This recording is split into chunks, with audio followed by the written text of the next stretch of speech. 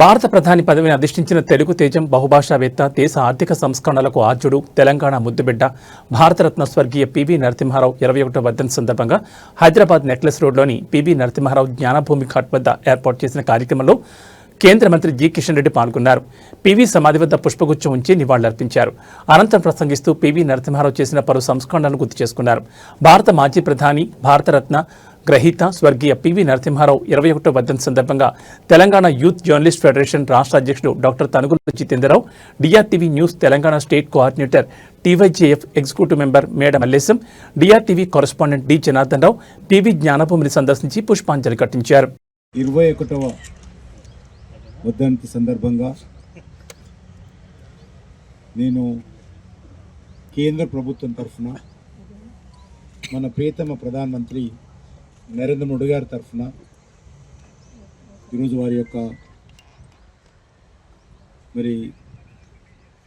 సమాధికి సందర్శించి వారికి శ్రద్ధాంజలి ఘటించడం జరిగింది. దేశ రాజకీయాలలో అనేకమైనటువంటి కీలక నిర్ణయాలు తీసుకొని ఈరోజు ప్రపంచంలో భారతదేశము ఆర్థిక రంగంలో కీలక పాత్ర పోషిస్తుందంటే మరి దాంట్లో పివి నరసింహారావు గారి పాత్ర కూడా అమోఘము. వారు మన ఒక తెలంగాణ బిడ్డగా ఉభయ తెలుగు రాష్ట్రాలకు ముఖ్యమంత్రిగా, మంత్రిగా, కేంద్ర మంత్రిగా వారు పనిచేయడం జరిగింది. వారు ప్రధానమంత్రిగా ఉన్నప్పుడు జాతీయ యోజన విధానం రూపకల్పనలో భారతీయ జనతా పార్టీ తరఫున నేను భారతీయ జనతా యువ మోర్చా జనరల్ సెక్రటరీగా నేను ఆ రోజు పనిచేయడం జరిగింది. ప్రధానమంత్రిగా వారు మా మీటింగ్కి వచ్చి దేశంలో యూత్ పాలసీ ఏ రకంగా ఉండాలో అనేక రకాల సూచనలు చేసినటువంటి మహానుభావుడు.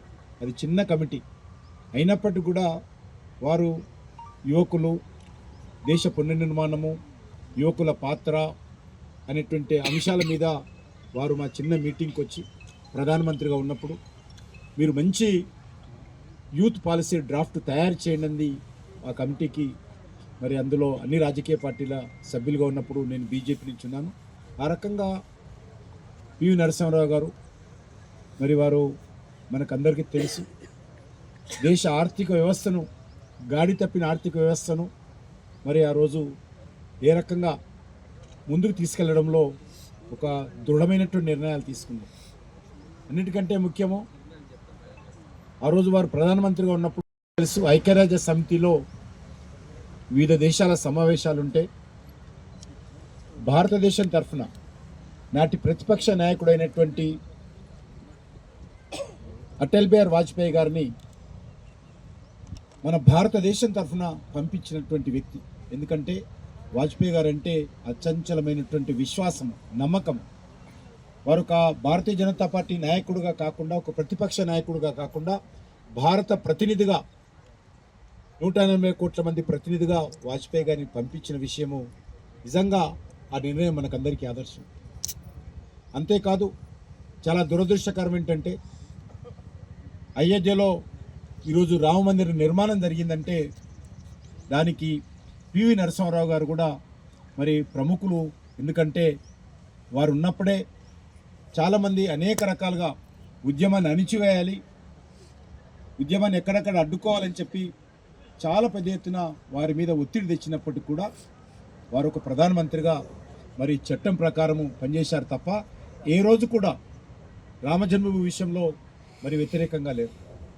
చివరకు డిస్ప్యూటెడ్ స్ట్రక్చరు కూలిపోయిన రోజులు అనేక రకాలుగా ఆయన మీద ఈ దేశంలో మజ్లిస్ పార్టీ లాంటి పార్టీలు, కాంగ్రెస్ పార్టీ నాయకత్వం కూడా అనేక రకాలుగా వ్యతిరేకించినప్పటికీ, అనేక రకాల విమర్శలు చేసినప్పటికీ కూడా వారు ఏ రకంగా ఆ రోజు రామజన్మభూమికి అనుకూలంగా స్పందించడం మనకు తెలుసు.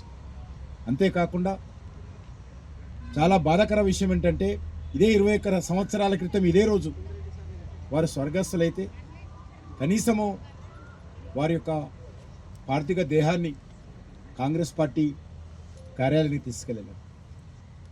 గొప్ప వ్యక్తి, దేశానికి ప్రధానమంత్రి చేసినటువంటి వ్యక్తి, పార్టీ నష్టపోతున్నప్పుడు పార్టీకి అండగా నిలబడినటువంటి వ్యక్తి, పార్టీ నాయకులకు అన్ని రకాలుగా సహకారం అందించినటువంటి వ్యక్తి. మరి వారిని ఏ రకంగా మరి ఆ రోజు అవమానం చేశారో మనకు తెలుసు.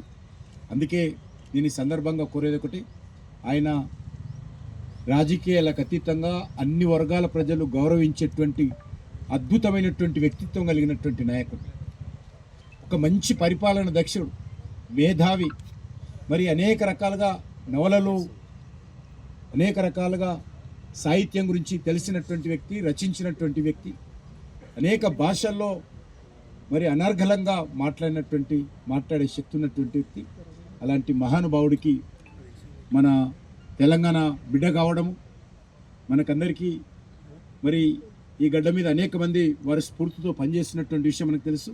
వారికి నేను మరొకసారి నా తరఫున కూడా హృదయపూర్వకమైనటువంటి శ్రద్ధాంజలి వారికి సమర్పిస్తున్నాను. తప్పకుండా వారి స్ఫూర్తితో రాజకీయాలకు అతీతంగా ప్రతి రాజకీయ నాయకుడు కూడా పనిచేయాల్సిన అవసరం ఉంది. వారిని ఆదర్శంగా తీసుకొని పనిచేయాల్సినటువంటి అవసరం ఉంది. మనం చూస్తున్నాం ఈరోజు తెలంగాణ రాజకీయాలు ఏ రకంగా ఉన్నాయి.